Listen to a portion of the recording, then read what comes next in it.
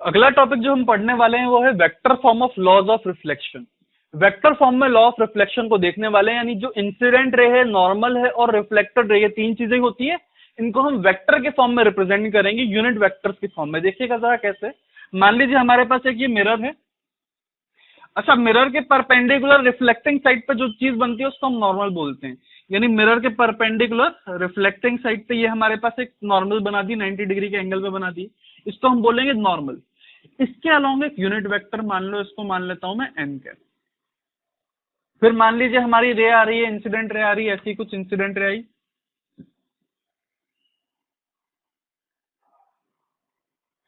Incident ray के along एक unit vector मान लो और इसको नाम दे दो आई कैप।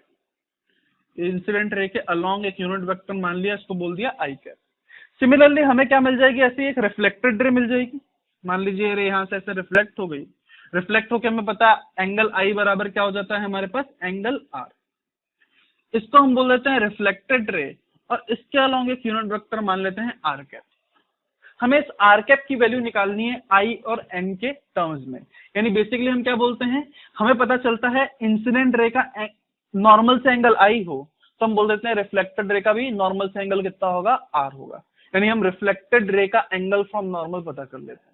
सिमिलरली मैं चाह रहा हूं आर कैप की value in terms of I and N, मतलब आई और एन मेरे को पता हो, यानी उनके बीच का एंगल भी पता हो ऑब्वियसली, तो मुझे आर कैप की वैल्यू पता चल जाएगी। ये चीज मैं निकालना चाह रहा हूँ। तो उसका डायरेक्ट फॉर्मूला है हमारे पास, इसको लिख लीजिएगा। R cap is equal to हमारे पास आ जाता है, R cap is equal to I cap minus 2 times I cap dot N cap, और इसको एन कैप से मल्टीप्लाई कर देता है। इसका डेरिवेशन तो भी परेशान मत हुइएगा, इसको मैं डेराइव करवाऊंगा लेकिन वेक्टर्स में। अभी हमने वेक्टर्स नहीं पढ़ा हुआ है तो इसलिए मैं इसको यहाँ पे डेराइव नहीं करवाऊंगा, लेकिन वेक्टर्स जब पढ़ेंगे तो डेफिनेटली एक क्वेश्चन दूंगा जिसमें आपको बोलूंगा लॉ ऑफ रिफ्लेक्शन को वेक्टर फॉर्म में डेराइव करो, डॉट प्रोडक्ट के बाद में आपको एक चीज दूंगा। क्लियर है क्या? इसको कॉपी कर लीजिएगा, ये फॉर्मूला हम लोग यूज करा करेंगे, इसको लर्न कर लीजिएगा फिलहाल के लिए, और बाद में मैं इसको डेराइव भी करवाऊंगा। अब एक क्वेश्चन भी कर लेते हैं इसके ऊपर, कैसे क्वेश्चन आते हैं उसको समझते हैं। इसके ऊपर क्वेश्चन आता है, आपको इंसिडेंट रे दी होती है, मान लीजिए इंसिडेंट रे है, उसके अलोंग का यूनिट वेक्टर ही दे दिया है I cap plus J cap plus K cap upon में √3, ये दे दिया। और आपको बोल दिया गया है कि जो मिरर है, mirror lies in X Z plane with its reflective side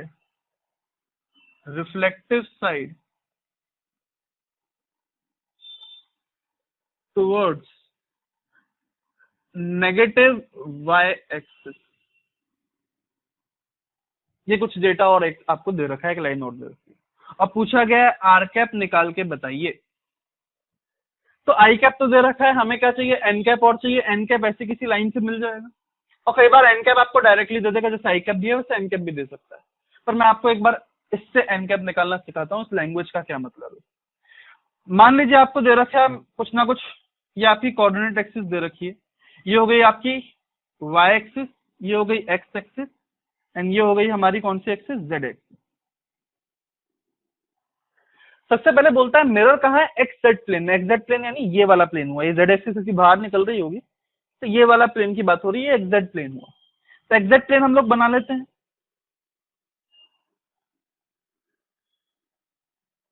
ये ऐसा कुछ मिरर रखा होगा, मिरर की जो रिफ्लेक्टिव साइड होगी वो किधर होगी, वो नीचे की तरफ, यानी नेगेटिव वाई एक्सिस साइड में होगी। यानी नॉर्मल कैसी हो जाएगी, नॉर्मल रिफ्लेक्टिव साइड के अलोंग एक परपेंडिकुलर ड्रॉप कर देता हूं, ये हमारा एन कैप हो जाएगा। एक ऐसा यूनिट वेक्टर बताओ जो नेगेटिव वाई एक्सिस के अलोंग, उसको हम बोलते हैं माइनस जे कैप। यानी एन कैप की वैल्यू और कुछ नहीं, माइनस जे कैप हो जाएगी। ये बोल रहा है वो इस लाइन से, इस लाइन से और कुछ नहीं, ये चीज बोलना चाह रहा है। अब जैसे एन कैप आ गया, आई कैप दे रखा है, आर कैप निकल आएगा, फॉर्मूले में वैल्यू पटकते हैं, हमारे पास आर कैप की वैल्यू आएगी, R cap will be equal to I cap कितना है हमारे पास, I cap plus J cap plus K cap upon √3।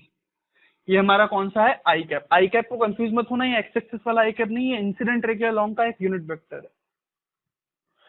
और क्या हो जाएगा हमारे पास, -2 टाइम्स आई कैप का डॉट प्रोडक्ट निकालना है एन कैप के साथ। आई कैप और एन कैप का डॉट प्रोडक्ट करो।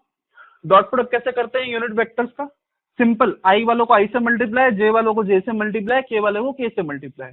यहाँ पे आई और के तो है ही नहीं, सिर्फ जे है, तो सिंपल जे वाले को जे से मल्टीप्लाई कर देंगे, यानी आंसर आ जाएगा -1 इंटू 1 अपॉन √3, यानी आ जाएगा हमारे पास -1/√3। ये डॉट प्रोडक्ट का आंसर आ गया हमारा। इनटू क्या कर देना, एन कैप और चिपका देना है, तो एन कैप और चिपका देंगे, एन कैप और चिपकाना ना, तो माइनस ऑफ जे कैप हमने और चिपका दिया, ये हमारा आंसर हो जाएगा। माइनस माइनस माइनस यानी आंसर माइनस हो गया, तो -2 जे कैप बाय √3, इसमें से -2 जे कैप बाय √3 कर दो, तो आर कैप आ जाएगा हमारे पास I cap minus J cap plus K cap upon √3। ये हमारा आ गया क्या, रिफ्लेक्टेड रे के अलोंग एक यूनिट वेक्टर। इस तरह के क्वेश्चन आते हैं। अच्छा ये क्वेश्चन थोड़ा इजी है, इसमें हमारा जो एन कैप था वो सिर्फ माइनस जे कैप के अलोंग था। क्वेश्चन में आई cap plus J cap plus K cap तीनों टर्म हो सकते हैं, नॉर्मल में भी तीनों टर्म हो गए, तो फिर उस केस में फॉर्मूला लगाना बहुत इंपॉर्टेंट हो जाएगा। इस क्वेश्चन का आंसर मैं डायरेक्ट भी बता सकता था। बेसिकली रिफ्लेक्शन में होता क्या है, मिरर के परपेंडिकुलर वाली जो रे होती है वो पलटी मार लेती है, और मिरर के अलोंग वाली जो रे होती है वो एज इट इज निकल जाती है, इसको हम बोलते हैं ग्रेजिंग इंसिडेंट। तो यानी कहने का मतलब जो भी मिरर के परपेंडिकुलर वाला कंपोनेंट उसका उल्टा कर दो, बाकी सबको एज इट इज रहने दो। तो मिरर के परपेंडिकुलर वाला कंपोनेंट ये था हमारे पास जे कैप वाला, तो उसको उल्टा कर दिया, माइनस जे कर दिया, बाकी को एज इट इज रहने दिया। ये क्वेश्चन इजी था इसलिए ऐसे कर सकते हो, पर बाकी क्वेश्चन में आपको फॉर्मूला लगाना ही पड़ेगा, इसलिए फॉर्मूला इंपॉर्टेंट है, इसको याद जरूर कर लीजिएगा। और डेरिवेशन कहाँ पे होगा इसका, वेक्टर में। कॉपी करिए इसको, आगे बात करते हैं। तो अभी अभी हमने जस्ट देखा कि जो हमारी रिफ्लेक्टेड रे होती है वो दो चीजों पे डिपेंड करती है, एक तो इंसिडेंट वे के अलोंग वाले यूनिट वेक्टर पे, और एक नॉर्मल के अलोंग वाले यूनिट वेक्टर पे, इन दोनों पे डिपेंड करती है। यानी नॉर्मल बदल देंगे तो इंसिडेंट रे तो रिफ्लेक्टेड रे बदल जाएगी, इंसिडेंट रे बदल देंगे तो रिफ्लेक्टेड रे बदल जाएगी। जरा देखिएगा क्वेश्चन क्या कहता है इसमें। बेसिकली हमें करना क्या है इसमें, रिफ्लेक्टेड रे को रोटेट करना है। रिफ्लेक्टेड रे को रोटेट करना है तो दो तरीके से कर सकता हूँ, एक तो क्या कर दूं, इंसिडेंट रे को घुमा दूं, तो इंसिडेंट रे पे भी रिफ्लेक्टेड रे डिपेंड करती है, तो रिफ्लेक्टेड रे घूम जाएगी। और दूसरा नॉर्मल पे भी डिपेंड करती है, हो सकता है नॉर्मल को घुमा दूं, नॉर्मल को घुमाने के लिए मिरर घुमा दूंगा, उससे भी रिफ्लेक्टेड रे रोटेट कर जाएगी। तो पता करना है कितना मिरर को घुमाने से रिफ्लेक्टेड रे कितना रोटेट करती है, या कितना इंसिडेंट रे को घुमाने से रिफ्लेक्टेड रे कितना रोटेट करती है। तो सबसे पहला केस उसमें हम क्या कर रहे हैं, इंसिडेंट रे को घुमा रहे हैं, एक जो फैक्टर है जिस पर रिफ्लेक्टेड रे हमारी डिपेंड करती है उसको घुमा रहे हैं। यानी मेरे पास जो आई है, जो इंसिडेंट रे है, इसको मैंने रोटेट कर दिया, रोटेट कर दे रहा हूं मैं इस सेंस में, और थीटा एंगल से रोटेट कर दे रहा हूं। एंगल ऑफ रोटेशन क्या है, थीटा। थीटा से रोटेट कर दिया तो मेरी नई रिफ्लेक्टेड रे कैसी होगी, ये मेरी नई इंसिडेंट रे आ गई। नई इंसिडेंट रे आ गई, इस नई इंसिडेंट रे का एंगल ऑफ इंसिडेंस कितना हो जाएगा, ये वाला हो जाएगा यार, ये इसकी वैल्यू कितनी हो गई हमारे पास, आई प्लस थीटा, ये मेरा नया एंगल ऑफ इंसिडेंस हो गया। अच्छा जितना एंगल ऑफ इंसिडेंस उतना ही एंगल ऑफ रिफ्लेक्शन, यानी नई वाली इंसिडेंट रे के लिए नई वाली रिफ्लेक्टेड रे होगी, वो कुछ ऐसी होगी, और इसका जो एंगल होएगा वो कितना हो जाएगा, उसका एंगल भी angle of reflection is equal to angle of incidence, यानी ये भी कितना हो जाएगा, आई प्लस थीटा। यानी रिफ्लेक्टेड रे कितने से रोटेट करी, ये पहले वाला एंगल आई था, ये वाला एंगल कितना हो जाएगा, ये वाला एंगल हो जाएगा थीटा। तो समझना जरा, इंसिडेंस रे को मैंने थीटा एंगल से रोटेट करा इस सेंस में, ये सेंस कौन सा है, एंटी क्लॉकवाइज, क्लॉक के अपोजिट है ना, तो मैंने एंटी क्लॉकवाइज डायरेक्शन में थीटा एंगल से इंसिडेंट रे को रोटेट करा, तो मेरी जो रिफ्लेक्टेड रे थी वो किस एंगल, किस सेंस में रोटेट हो गई, वो क्लॉकवाइज सेंस में, ये क्लॉकवाइज सेंस हो गया ना, तो क्लॉकवाइज सेंस में रोटेट हो गई, कितने एंगल से, थीटा के थीटा एंगल से। यानी जितने एंगल से इंसिडेंट रे को घुमाते हैं उतने एंगल से रिफ्लेक्टेड रे घूम जाती है, लेकिन रोटेशन का सेंस बदल जाता है, डायरेक्शन बदल जाता है। यानी इंसिडेंस रे को तुमने इधर घुमाया तो रिफ्लेक्टेड रे इधर घूम जाएगी, क्लियर है क्या। इंसिडेंस रे को अगर तुमने इस तरफ घुमाया तो रिफ्लेक्टेड रे इस तरफ घूम जाएगी, समझ में आया क्या। इस तरीके से याद रख सकते हो कि अगर मैंने थीटा एंगल इंसिडेंट रे को नॉर्मल से अवे घुमाया तो नॉर्मल से अवे ही रिफ्लेक्टेड रे भी घूमेगी, और थीटा एंगल नॉर्मल के क्लोज घुमा दिया तो थीटा एंगल ही नॉर्मल के क्लोज घूमेगी रिफ्लेक्टेड रे। लेकिन ऐसा क्लॉकवाइज और एंटी क्लॉकवाइज में उल्टा हो जाता है, अगर इसको एंटी क्लॉकवाइज बोलेंगे तो इसको क्लॉकवाइज बोलेंगे, इसको क्लॉकवाइज घुमाएंगे तो उसको एंटी क्लॉकवाइज को घूम के आएगी, क्लियर है क्या। तो ये चीज याद होनी चाहिए। फाइनल में लिख दे रहा हूं if incident ray is rotated by theta, then reflected ray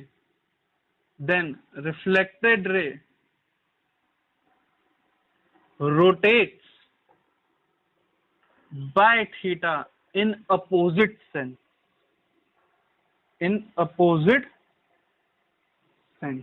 ये अपोजिट सेंस वाली लाइन का मतलब समझे कि अगर इंसिडेंस रे को मैंने एंटी क्लॉकवाइज घुमाया तो रिफ्लेक्टेड रे क्लॉकवाइज घूमेगी, ऐसी घूमेगी। क्लियर है क्या?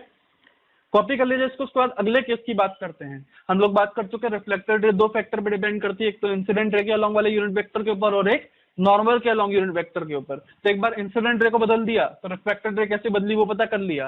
अब हम एक काम करते हैं, नॉर्मल को घुमा देते हैं यानी मिरर को घुमा देते हैं, तो हम देखते हैं कि रिफ्लेक्टेड रे कैसे घूमती है। इसको कॉपी कर लीजिए पहले।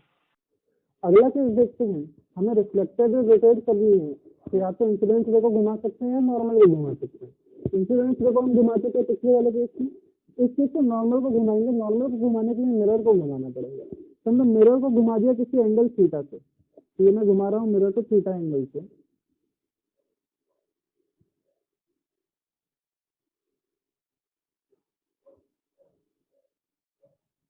तो डायग्राम इसका घुचर पुचर बहुत हो जाता है तो इजी, तो डायग्राम बहुत घुचर पुचर हो जाएगा, इसमें काफी सारे एंगल सीखने पड़ते हैं, तो साथ साथ में इसको समझते जाइएगा। सबसे पहले तो ये एंगल हो गया जिसके एंगल से हमने मिरर को घुमाया। अच्छा, मिरर को थीटा एंगल से घुमा दिया, मिरर से क्या अटैच होती है, नॉर्मल भी अटैच होती है, तो नॉर्मल भी क्या करेगी, थीटा एंगल से घूम जाएगी।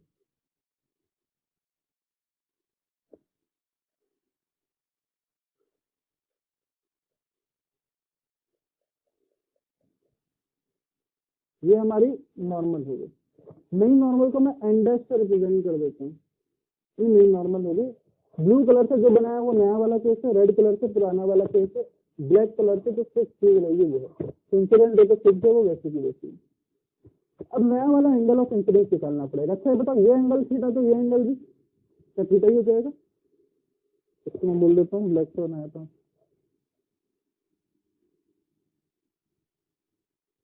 ये एंगल भी क्या थीटा ही आ जाएगा।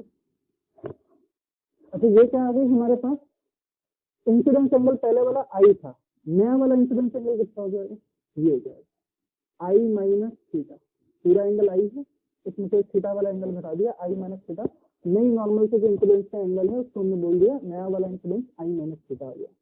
अब जो रिफ्लेक्टेड रे होगी वो भी आई माइनस थीटा एंगल बनेगी, तो रिफ्लेक्टेड रे बना देते हैं। जो नई वाली रिफ्लेक्टेड रे होगी, ब्लू पेन से बना रहा हूँ मैं उसको, क्या सब सही लग रहा है? ये आ गई हमारे पास नई वाली रिफ्लेक्टेड रे, इसको मैं बोल देता हूँ आर डैश।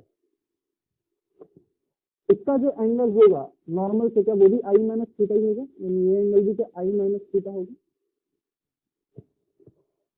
इस डायग्राम को नोट कर लीजिए। अब हम थोड़ा बहुत एंगल निकालते हैं। मैं एंगल जो निकालना चाह रहा हूँ वो निकालना चाह रहा हूँ किससे से, रिफ्लेक्टेड रे रोटेट कर गई, यानी जो एंगल मैं फाइंड आउट करना चाह रहा हूँ तो ये वाला एंगल फाइंड आउट करना है। पहले तुम लोग को सेंस बताओ, जिस सेंस में हमने मिरर घुमाया है क्या रिफ्लेक्टेड रे भी उसी सेंस से घूम गई? यानी दोनों का सेंस तो सेम ही आता है। यानी ये अगर हमने एंटी क्लॉकवाइज घुमाई तो हमारी रिफ्लेक्टेड रे भी एंटी क्लॉकवाइज ही घूमेगी। ठीक है ना, ये सेंस तो समझ में आ गया, सेंस सेम रहेगा। एंगल की बात करते हैं, इसको हमने थीटा से घुमाया तो ये किस एंगल से घुमा होगा, इसको हम बोल देते हैं कि फाई एंगल, ये हमें निकालना। चलिए हम लोगों को फाई की वैल्यू निकालनी। फाई क्या है हमारे पास, फाई है हमारे पास ये वाला एंगल, यानी बेसिकली हमें आई में से इसका एंगल घटा देना, ये वाला एंगल घटा देना, तो हमें क्या मिल जाएगा, फाई मिल जाएगा। पूरे आई में से इतना सा एंगल गायब कर देंगे, हमें क्या मिल जाएगा, फाई मिल जाएगा। ये एंगल कितना होगा, इस एंगल को निकालने की कोशिश करते हैं। आई माइनस थीटा और आई माइनस थीटा इन दोनों को ऐड कर दो तो ये बड़ा एंगल आ जाएगा। इसमें से आई को माइनस कर दो तो हमारे पास ये वाला एंगल आ गया, कितना आएगा, आई माइनस थीटा, और इसमें आई माइनस थीटा कर दिया तो बेसिकली क्या आ गया, आई माइनस थीटा ये हो गया, आई माइनस थीटा ये हो गया। इसमें से आई को गायब कर देंगे तो एग्जैक्ट ये वाला एंगल बचेगा, तो आई को एक बार माइनस कर दो। तो ये हमारे पास ये एंगल आ गया। इसकी वैल्यू कितनी हो गई, हो गया 2i माइनस टी थीटा, उसमें से एक आई घटा दिया, यानी हो गया आई माइनस टी थीटा। और हमें फाई निकालना है, तो फाई के लिए हम क्या करेंगे, फाई जो हो जाएगा वो फाई हो जाएगा बड़ा वाला ये आई है, ये आई दिख रहा है, ये आई, इसमें से ये वाला एंगल गायब कर देना, तो यानी आ जाएगा आई में से ये वाला एंगल गायब कर देना है, आई माइनस टी थीटा। तो कितना आ जाएगा हमारे पास, फाई की वैल्यू आ जाएगी टी थीटा। समझेगा जरा ध्यान से, फाई क्या है हमारे पास, फाई है वो वाला एंगल जिससे क्या घुमा, रिफ्लेक्टेड है, और थीटा वो वाला एंगल है जिससे क्या घुमा, मिरर। यानी जितना एंगल से मिरर घुमाओ, रिफ्लेक्टेड रेज से डबल एंगल पे घूम जाती है, रिफ्लेक्टेड रेज से डबल एंगल पे घूम जाती है। क्लियर है, याद रहेगा क्या है। और सेंस क्या रहता है, सेम सेंस रहता है। इस चीज को नोट डाउन कर लेते हैं। If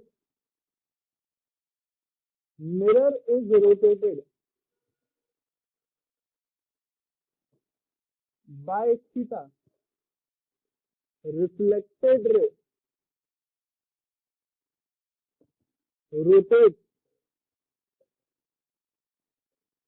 by 2 theta in same sense।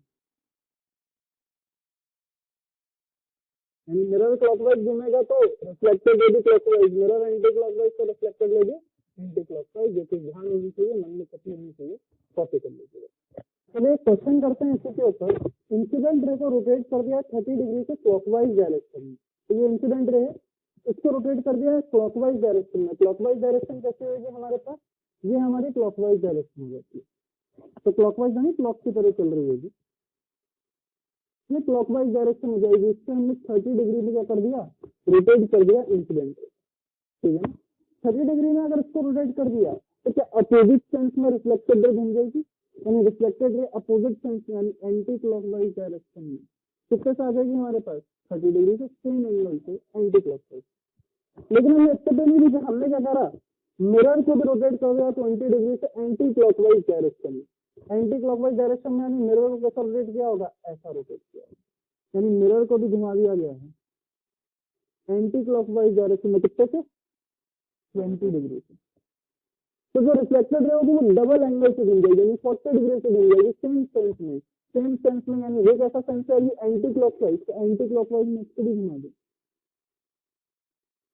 Anti clockwise में 40 डिग्री घूम जाएगी, किसकी वजह से, इसकी वजह से। ये इसकी वजह से आया, ये इसकी वजह से। नेट रिफ्लेक्टेड रे कितनी घूमी, क्या दोनों सेम सेंस में 40 डिग्री और 30 डिग्री, तो ऐड कर देंगे, यानी आंसर आ जाएगा रिफ्लेक्टेड रे कितने से घूमी, रिफ्लेक्टेड रे घूमी 5 बोल लेते हैं, तो कितने से घूमी, 40 डिग्री प्लस 30 डिग्री। 40 डिग्री कैसा आया था, ये भी एंटी क्लॉकवाइज आया था, और 30 डिग्री कितना आया था, ये भी एंटी क्लॉकवाइज आया था। दोनों ऐड कर दिया तो रे नेट कितने से घूम गई, 70 डिग्री एंटी क्लॉकवाइज। इसको डायग्राम तुम ना भी बनाओ, डायग्राम में सब पंगे ना भी करो, यार का आंसर दे सकते हो। तुम क्या बोल दो कि जो रिफ्लेक्टेड रे होगी वो किसी एंगल 5 से घूम गई होगी।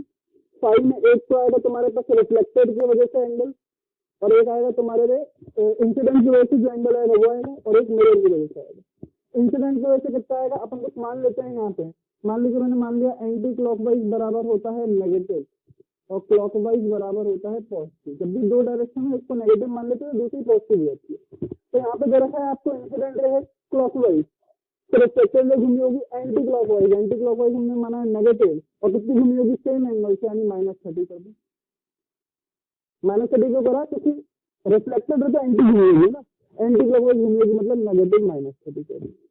फिर बात करते हैं मिरर घुमा 20 से एंटी क्लॉकवाइज, तो रे भी घूमेगी सेम सेंस यानी एंटी क्लॉकवाइज में, यानी नेगेटिव होगी, और कितना नेगेटिव, 20 का डबल कर दो यानी -40 कर दिया, तो -40 कर दिया है, -2 × 20 लिख देते हैं, ये कर दिया। आंसर कितना आ गया हमारे पास, -70।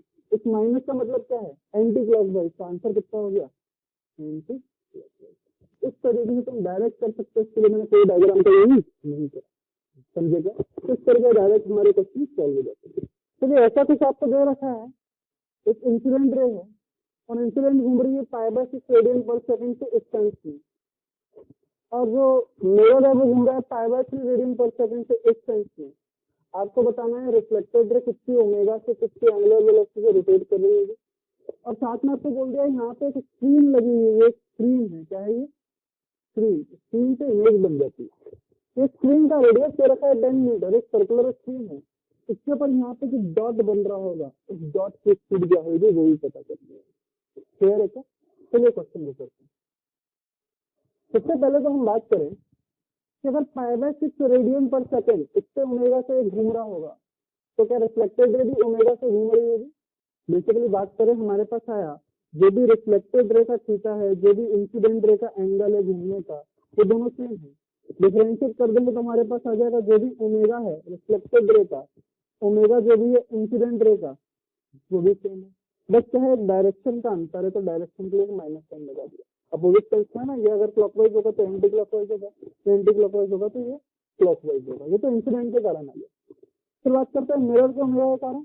तो मिरर का जो भी एंगल होगा घूमने का, रिफ्लेक्टेड रे का जो भी एंगल होगा वो क्या होगा ट्वाइस ऑफ मिरर के घूमने का एंगल होगा, और सेम सेंस में भी होगा। डिफरेंशिएट कर देते हैं, ओमेगा ऑफ रिफ्लेक्टेड रे कितना आ जाएगा 2 टाइम्स ओमेगा ऑफ मिरर। यानी अगर मिरर घूम रहा होगा ओमेगा से तो रिफ्लेक्टेड रे घूमेगी 2 ओमेगा से। अगर मिरर इंसिडेंट रे घूम रही है ओमेगा से तो रिफ्लेक्टेड रे भी घूमेगी ओमेगा से, लेकिन अपोजिट साइड। क्लियर है क्या? सेम ये दोनों चीजें हमने और डिराइव कर ली, ओमेगा का भी रिलेशन निकाल लिया। अब इधर बात करते हैं, इधर क्या है दोनों घूम रहे हैं, तो जो रिफ्लेक्टेड रे होगी दोनों के इफेक्ट के कारण घूम रही होगी। क्लियर है क्या? बात करते हैं इससे π/6 रेडियन से ये घूम रही है इस डायरेक्शन में, तो ये वाली घूमेगी कितने से π/6 इस डायरेक्शन में। समझ में आया क्या?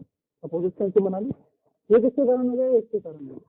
अच्छा ये π/3 के इससे मिरर घूम रहा है क्या? तो 2π/3 से ये घूमेगा और सेम सेंस में इसी सेंस में घुमा देते हैं इसको कितने से 2π/3 रेडियन पर सेकंड। नेट की बात करें तो ये सेंस में अपोजिट है क्या? तो नेट कितने से घूम रहा होगा? नेट जो ओमेगा आएगा वो ओमेगा कितना आएगा? वो तो ओमेगा आएगा इस डायरेक्शन में, क्योंकि ये वाला बड़ा है, तो इस डायरेक्शन में आएगा, वो कितना आएगा 2π/3 माइनस π/6। कितना हो गया हमारे पास? ये हो गया हमारे पास 3π/6, या फिर इसको हम बोल सकते हैं 90 डिग्री, जैसे π/2 रेडियन पर सेकंड। ये हमारे पास ओमेगा आ गया। नेट जो ओमेगा होगा रिफ्लेक्टेड रे का वो होगा इस सेंस में। ये वाला सेंस कौन सा हो गया? ये वाला सेंस क्लॉकवाइज हो गया, तो क्लॉकवाइज सेंस में नेट होगा और π/2 रेडियन पर सेकंड से घूम रहा है। हमें निकालनी है जो स्पॉट की स्पीड, तो स्पॉट जा रहा होगा कुछ ऐसा और उसकी वेलोसिटी हो जाएगी ओमेगा आर, यानी वेलोसिटी जो भी स्पीड हो जाएगी वो कितनी हो जाएगी ओमेगा इंटू आर। ओमेगा हो जाएगा π/2 इंटू आर हो जाएगा हमारे पास 10 दे रखा है इसका रेडियस, तो 5 मीटर पर सेकंड। ये हमारे पास स्पीड आ गई स्पॉट की, जो स्पॉट रिफ्लेक्टेड रे बना रही होगी सर्कुलर स्पीड। तो ऐसे क्वेश्चन आ सकते हैं, मैंने सीधे आपको अच्छे क्वेश्चन करवाए हैं, इसमें मिरर भी घूम रहा है और इंसिडेंट रे भी घूम रही है। ठीक है ना? ऐसे क्वेश्चन जनरली पूछा जाता है इसमें कोई एक ही चीज घूम रही है तो आसानी से और हो जाए।